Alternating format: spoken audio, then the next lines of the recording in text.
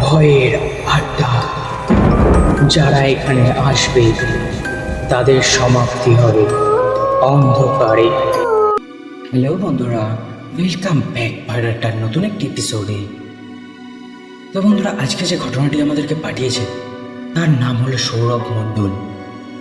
সে থাকে কাকিনাড়া, উত্তর 24 পরগনা, পশ্চিমবঙ্গ।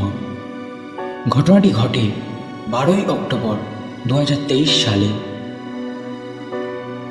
যেই স্থানে ঘটনাটি ঘটে তার নাম হলো সুন্দরবন। তো সে যেইভাবে আমাকে ঘটনাটি লিখে পাঠিয়েছে আমি ঠিক একইভাবে পড়ছি।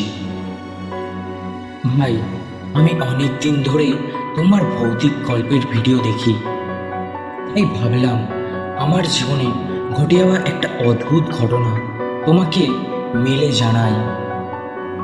আজও সেই রাতটার কথা মনে পড়লে গায়ে কাঁটা দিয়ে ওঠে। ঘটনাটা ঘটেছিল 2023 সালে। আমি আর আমার 3 জন বন্ধু, শুভ, বিকাশ আর অমিত, আমরা আগে কখনো সুন্দরবনে যাইনি, তাই জায়গাটা নিয়ে খুব উত্তেজিত ছিলাম।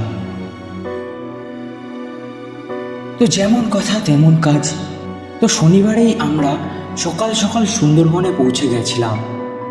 ভেবেছিলাম রবিবার দিনটাও ফাঁকা পাবো, তো ঘুরে নেওয়া যাবে ভালোভাবে।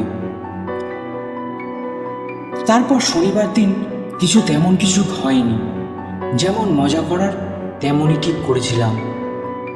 তো রবিবার সকালে আমরা একটা ছোট্ট নৌকা ভাড়া করে জঙ্গলের ভেতরে ঘুরতে গিয়েছিলাম। চারিদিকে শুধু নদী আর ঘন জঙ্গল, আর তার মাঝে দেখা যাচ্ছিল কাকড়া, আর জঙ্গলের ভেতরে হরিণ আর নানা ধরনের পাখি। সবকিছুই খুব সুন্দর লাগছিল। কিন্তু দুপুরের পর থেকে মাঝি আমাদের বারবার বলেছিল, বাবু, বিকেলের আগে ফিরে যাবেন, সন্ধ্যার পর জঙ্গলে থাকা ঠিক না। আমরা একটু অ্যাডভেঞ্চার পছন্দ করতাম, তাই মাঝিকে বললাম, ঠিক আছে, যা হবে দেখা যাবে। আমরা তখন ভেবেছিলাম মাঝি হয়তো বাঘের ভয় দেখাচ্ছে, তাই কথাটা খুব একটা গুরুত্ব দিইনি। বিকেল ধীরে ধীরে সন্ধ্যেতে পরিণত হলো। মাঝি থাকতে চাইছিল না, কিন্তু আমরা কিছু টাকা বেশি দিয়ে রাজি করিয়ে নিলাম। তারপর আকাশে অন্ধকার নামতে শুরু করলো। চারিদিকে জঙ্গলে অদ্ভুত শব্দ বাড়তে লাগলো। ঝিঝি পোকার ডাক, দূরে পাখির চিৎকার, আর মাঝে মাঝে কাদার মধ্যে কিছু যেন নড়াচড়ার শব্দ। তারপর আস্তে আস্তে রাত বাড়ল। রাত তখন প্রায় 8টা। হঠাৎই আমরা শুনতে পেলাম জঙ্গলের ভেতর থেকে একটা মেয়ের কান্নার শব্দ। শব্দটা খুব স্পষ্ট ছিল, মনে হচ্ছিল কেউ যেন খুব কষ্টে আছে। আমার বন্ধু শুভ বলল, মনে হচ্ছে কেউ যেন বিপদে পড়েছে। কিন্তু মাঝি তখন হঠাৎ খুব চুপচাপ হয়ে গেল। তার মুখে ভয়ের ছাপ ছিল।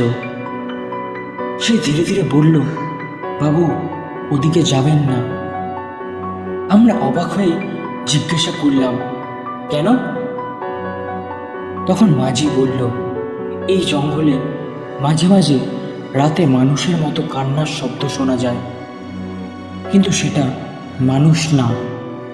আমরা তখনও বিশ্বাস করিনি, ভাবছিলাম মাঝি হয়তো না থাকার জন্য এমন করছে।